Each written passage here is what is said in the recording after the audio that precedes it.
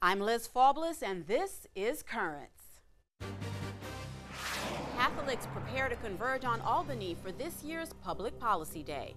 The statement we want to make is there are Catholic lobbyists in there speaking to our representatives. We are here praying for their success. We are here to support our bishops. We are united with our bishops. We are united with the New York State Catholic Conference. And as Catholics, we are united. Plus, supporting the church with the annual Catholic Appeal. Everyone and every parish really benefits from the appeal because all these services provides for the needs of all of the parishioners and all of our over 190 parishes. And developing tomorrow's leaders at a Queen's Academy. In a Catholic school, we train children to have the right moral values. These values are very important as a leader so that you can lead in the right direction.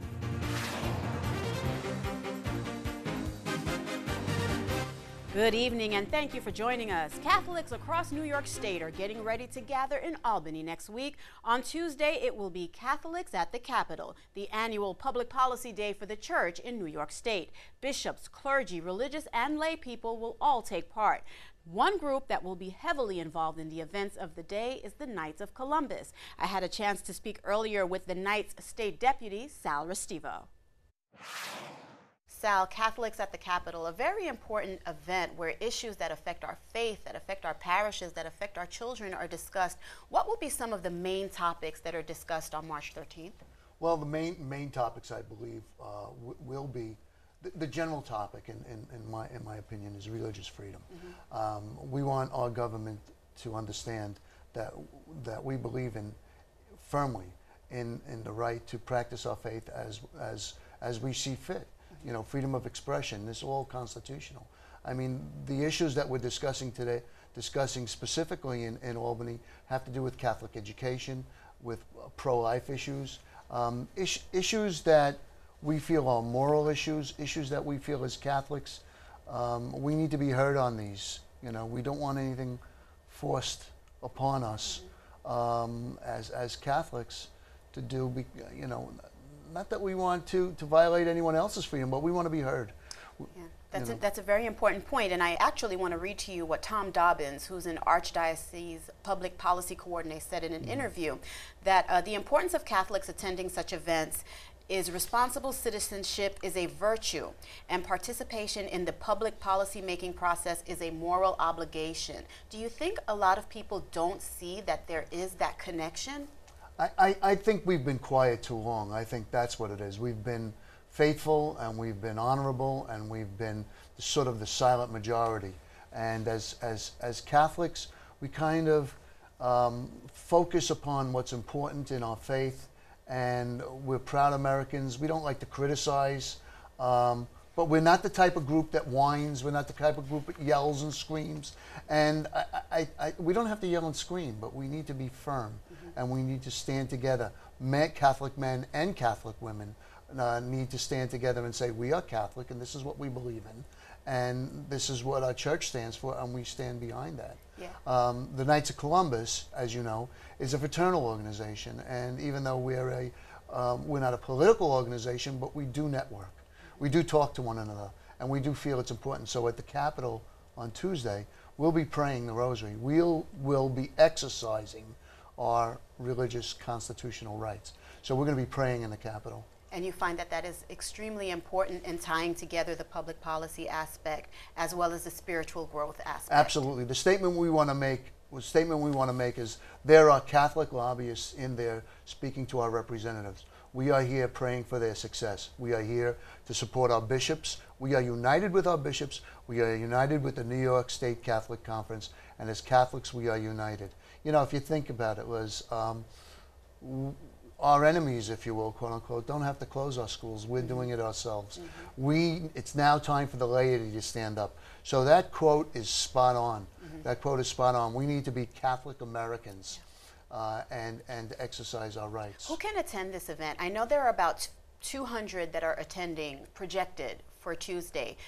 First, are you happy with that projected turnout, and who can attend? Well, 200, I believe, is maybe the Catholic Conference, the people who are going to come in. And we are hoping for an additional 500 that will be in the convention hall that will be praying the rosary, and then we will have a rosary march to the Cathedral of the Immaculate Conception, where we will have Mass with our bishops at 1:30. And how can potential attendees get there, or is it maxed out? No, it's not maxed out.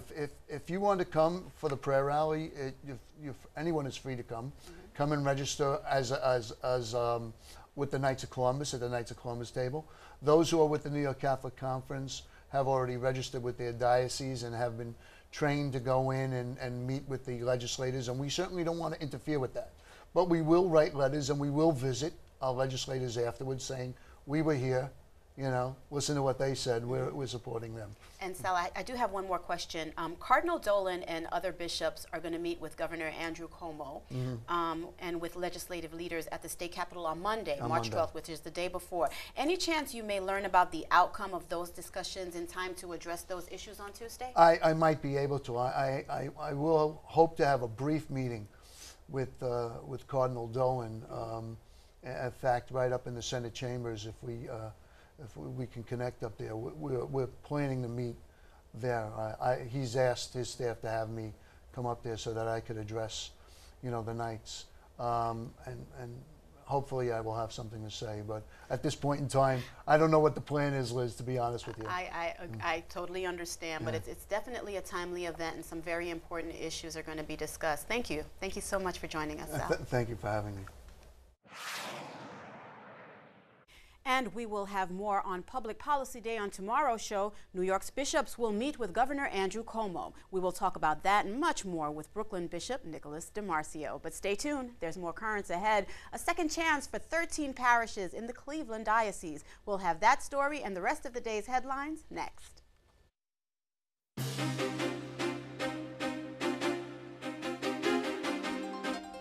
Welcome back to Currents. I'm Liz Faublas. Coming up later, what makes a leader? A Catholic Academy in Queens has some answers. But first, let's have a look at the day's headlines. Well, a second chance for parishioners at 13 closed parishes in the Diocese of Cleveland. The Cleveland Plain Dealer reports the Vatican has ordered the churches be reopened for worship. The parishes had filed appeals to the Holy See after Bishop Richard Lennon closed the churches and 37 others between 2009 and 2010. Lennon cited demographic changes and a shortage of priests as reasons for the closings. The Cleveland Diocese can still appeal the Vatican's latest decision. A coroner in Pennsylvania has ruled that former Philadelphia Archbishop Cardinal Anthony Bevilacqua died of natural causes.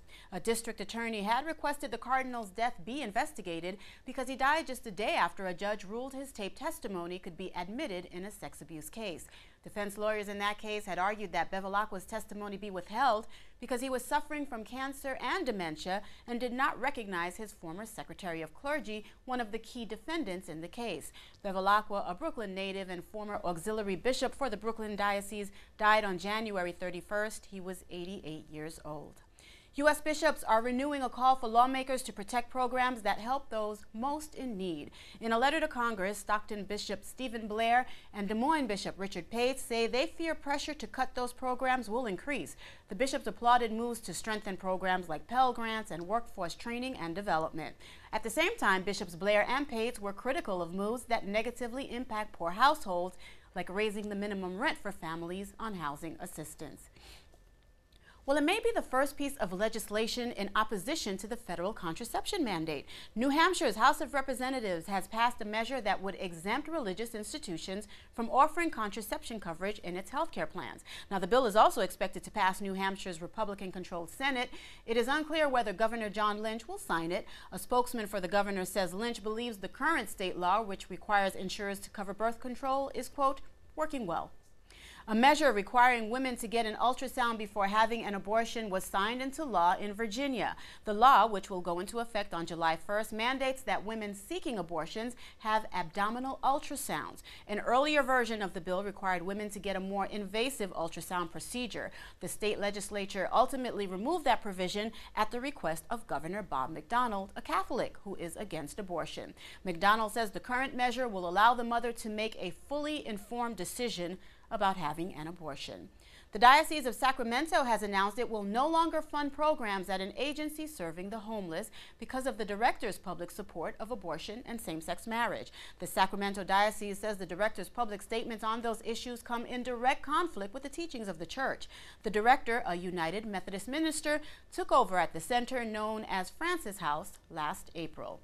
A funeral was held today for the third victim in the deadly shooting at an Ohio high school. About 1,200 people packed St. Mary's Church in Chardon, Ohio for the funeral of Russell King Jr. King was just 17 years old. Earlier this week, a funeral was held at St. Mary's for Demetrius Hewlin, the second victim of the shooting. Hewlin would have turned 17 this week. King, Hewlin, and a third victim, Danny Parmenter, were shot and killed during a shooting spree at Chardon High School last month. 17-year-old TJ Lane is charged with 6 counts, including 3 counts of aggravated murder. Well, when it comes to Catholic support in the Republican primaries, the winner is, so far, Mitt Romney. According to data by the Center for Applied Research in the Apostolate, Romney, a Mormon, has received 50% of Catholic support from Catholic voters in the 2012 Republican primaries. Romney has managed to win a majority of the Catholic vote in all but one state so far. He's also managed to stay ahead of the 2 Catholics in the race, former House Speaker Newt Gingrich and former Pennsylvania Senator Rick Santorum. Well, the Islamic group Boko Haram has reportedly made fresh threats against Christians in Nigeria. An independent news site in Egypt reports the group is planning a war on Christians in the next few weeks. A Boko Haram spokesman says the group will launch a number of attacks to eradicate Christians from parts of the country. The group has claimed responsibility for attacks that have resulted in hundreds of deaths since the start of the year. And Pope Benedict is urging Christians in the Middle East not to lose hope. The Pope's remarks came during his greeting of Armenian bishops, including the Armenian Patriarch. Benedict encouraged all Catholics in the Middle East to persevere with hope through the serious suffering that they face. Well, stay tuned. There's more currents ahead. Coming up, appealing to Catholics in Brooklyn and Queens for support in 2012. As you know, we have over 30,000 children in our parochial schools, and over 12,000 of them fall under the poverty level. And we give out over $8 million in scholarships, but we're still short.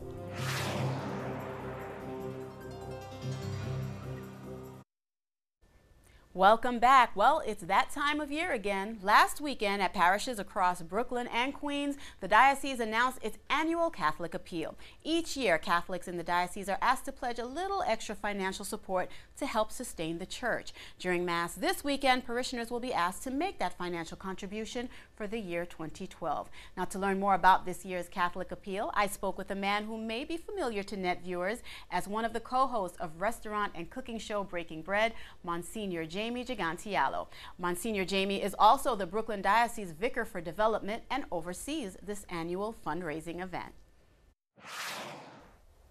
Monsignor Jamie, this is your 3rd year overseeing the annual Catholic Appeal, and you said that you've seen it enhanced over the course of the time that you've been doing it, and especially since it started. Why do we have this appeal? Well, the appeal is really the major fundraising source for the programs that we have in our diocese. And many of the programs that the diocese offers is funded by the annual Catholic Appeal. We assist the elderly priests, we assist with scholarships, we help the migration office, we help with faith formation, we help with the various programs, faith formation, and Catholic charities. So I mean, everyone and every parish really benefits from the appeal, because all these services provides for the needs of all of the parishioners in all of our over 190 parishes. So everyone benefits from it, but everyone really takes part in it also. You know, every parish is given a goal, and every parish every year, most of the parishes make that goal. So, and also every year there's a different theme. This year's theme is sharing our gifts to build God's kingdom, which is a reflection actually of Matthew 25:40, and so necessary in light of the tough economy that we're in. Right, and I have to say, over the last couple of years, the last 3 years that really I've been overseeing it, you know, the economy hasn't been that great. And but I have to say, the people in Brooklyn and Queens come through every year. The goal is 8 million. And every year, I have to say, we blow it right out of the water. We have pledged over the last couple of years over 11 million, and we have redeemed over 10 million. So it's great. People respond. The need is greater during tough times, but the people are great, and I think the pastors work very hard at encouraging. First, they set the example. Many of our priests pledge, and they contribute to the appeal, and you know, they lead by example, and they encourage the people also to respond. And it's also a time for the parishes to benefit also, because anything over the goal comes back to the parish, and many of the pastors add on a parish project. So, you know, it's a great thing, and people respond, and it's a great event, and thank God people are good. And this particular year, is there any particular ministry that you want to highlight? I know maybe senior priest residence, vocation recruitment, scholarships, charitable giving. It's all important. All of the I above. mean, when you think about it, you know, it's just as important to, you know, to help the vocations office to go out and recruit new priests as it is to take care of our senior priests who have dedicated their lives to the people of Brooklyn and Queens and to our church, and you know, they need that care. But it's good, you know, for faith formation. We need leaders in the church. We need people that are qualified to be ministers in the parishes. It's important to fund, you know, scholarships for our children. And as you know, we have over 30,000 children in our parochial schools, and over 12,000 of them fall under the poverty level. And we give out over $8 million in scholarships, but we're still short. We're still short another 3 or 4 million to be able to fund all of those children. Catholic Charities, all the work that they do, you know, for, you know, people that are, you know, in need, young and old, and you know, all the work that they do is important. The Migration Office, as you know, we're a diocese of immigrants, and we have them all here. And our parents and grandparents were immigrants. They built the church in Brooklyn and Queens. And now, you know, the new immigrants coming in, they deserve that same opportunity that we had. The church is there for them. And we have to provide them with the education that they need. And even the skills. The Migration Office, as you know, resources, they try to train people to get into the workforce, and they help them with legal matters. There's so many things that the diocese does, and it's great. Aside from the parishioners and their involvement in this, which I'm sure makes you happy, are you also happy to see that we're seeing an increased number of seminarians? I had some time to speak with you over in Rome, yes, and over at the NAC, and right, it was really great to see it their was enthusiasm, right, and the growth, sure, of the seminarian movement. Yeah, well, especially when you go in Rome, I mean, you see a younger church than you do in our diocese in a lot of places, because it is the center of our church and our faith. And it is encouraging to see that. But also here in the diocese, you know, I know Bishop DiMarzio was saying that, you know, since he's been here, the number of seminarians has more than doubled. And, you know, now we have the House of Discernment, and Father Abels is doing a great job with that. And, you know, they now have vocations committees, and they encourage, you know, vocations. And I think it's encouraging because, you know, we need seminarians, we need the priest. Without the priest, there's no Eucharist, there's no church. Absolutely. And I believe that's the final word, Monsignor. Thank you so much for joining us, and I'm sure this will be a very successful event. Thank you so much, Thank and all you. I say is make a pledge. Monsignor Jamie Gigantiello, the Diocese of Brooklyn's Vicar for Development. Stay tuned, there's more currents ahead. When we return, faith and leadership are a primary focus at an academy in Queens. We are very happy to be the pilot school of Project Empower, which is training the children to be leaders in their community.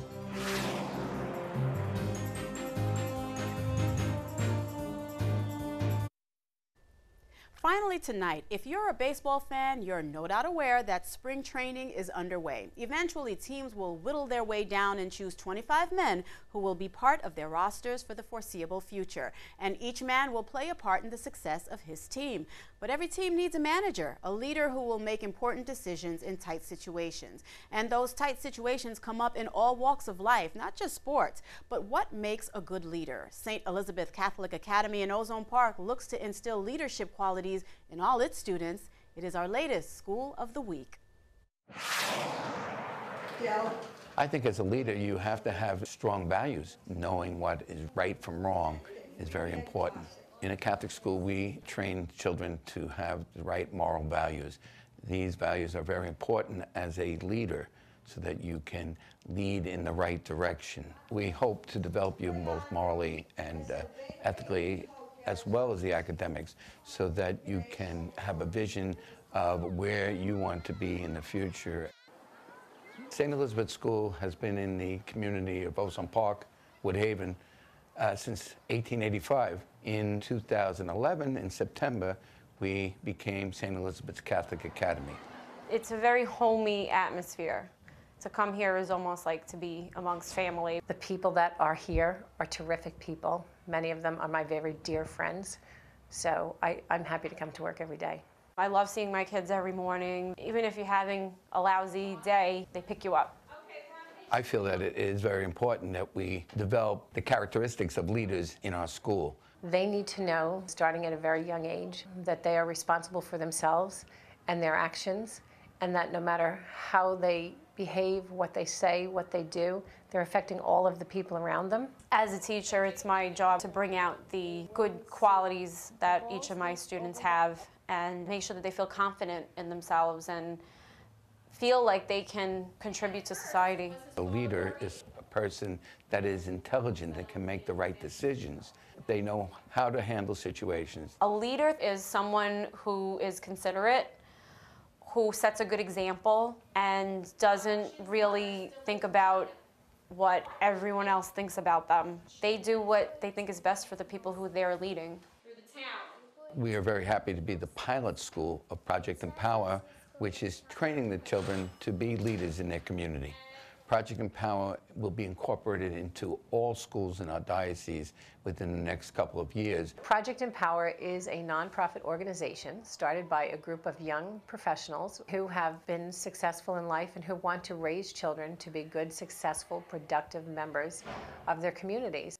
The children have mentors that will help them lead after they leave St. Elizabeth School. A mentor will show the children what they're doing right and what they need to correct and how they can correct it so that they can be a better citizen in the future. Right now, my class is participating in something through Project Empower, the Enchanted Collar reading series that's teaching them to be fiscally responsible. And the 6th, 7th, and 8th graders work on a project called Boss, where those kids will start their own businesses. And in the lower grades, they've been working on cultural appreciation. So I think that Project Empower has really done a lot this year to enhance the learning community. I build on the values that we learn as Catholics all the time. We work hard to teach the children that good Christian leaders serve others, like Jesus served. I believe a Catholic school offers moral guidance, the idea of being able to know the right from wrong. You get in any school, but to know the values and where you place those values, I think are developed more in a Catholic school. And it really resonates with them when they hear that, because it's not just some abstract ideas that we're learning about in religion class. Like, they're actually ideas that they can implement into their own lives. I do think leadership skills will be helpful to kids, especially as they leave elementary school and go on to high school. We're developing people that will be in many professions. Some might be teachers, some might be firemen, some might be police officers, some might be lawyers, some might be doctors, some will be parents. And it's very important that we get the students to be ready for the future, whatever it's going to be. St. Elizabeth's Catholic Academy, our latest school of the week. And you can see all of our schools of the week on our website. Just head over to currentsny.net. And that is all for this edition of Currents. Coming up tomorrow, we'll hear about the Catholics at the Capitol Public Policy Day with one of the men who will meet with Governor Andrew Cuomo. Our news director will get a preview of that with Bishop Nicholas DeMarcio. For all of us here at Currents, I'm Liz Faublas. Thank you for watching and have a good night.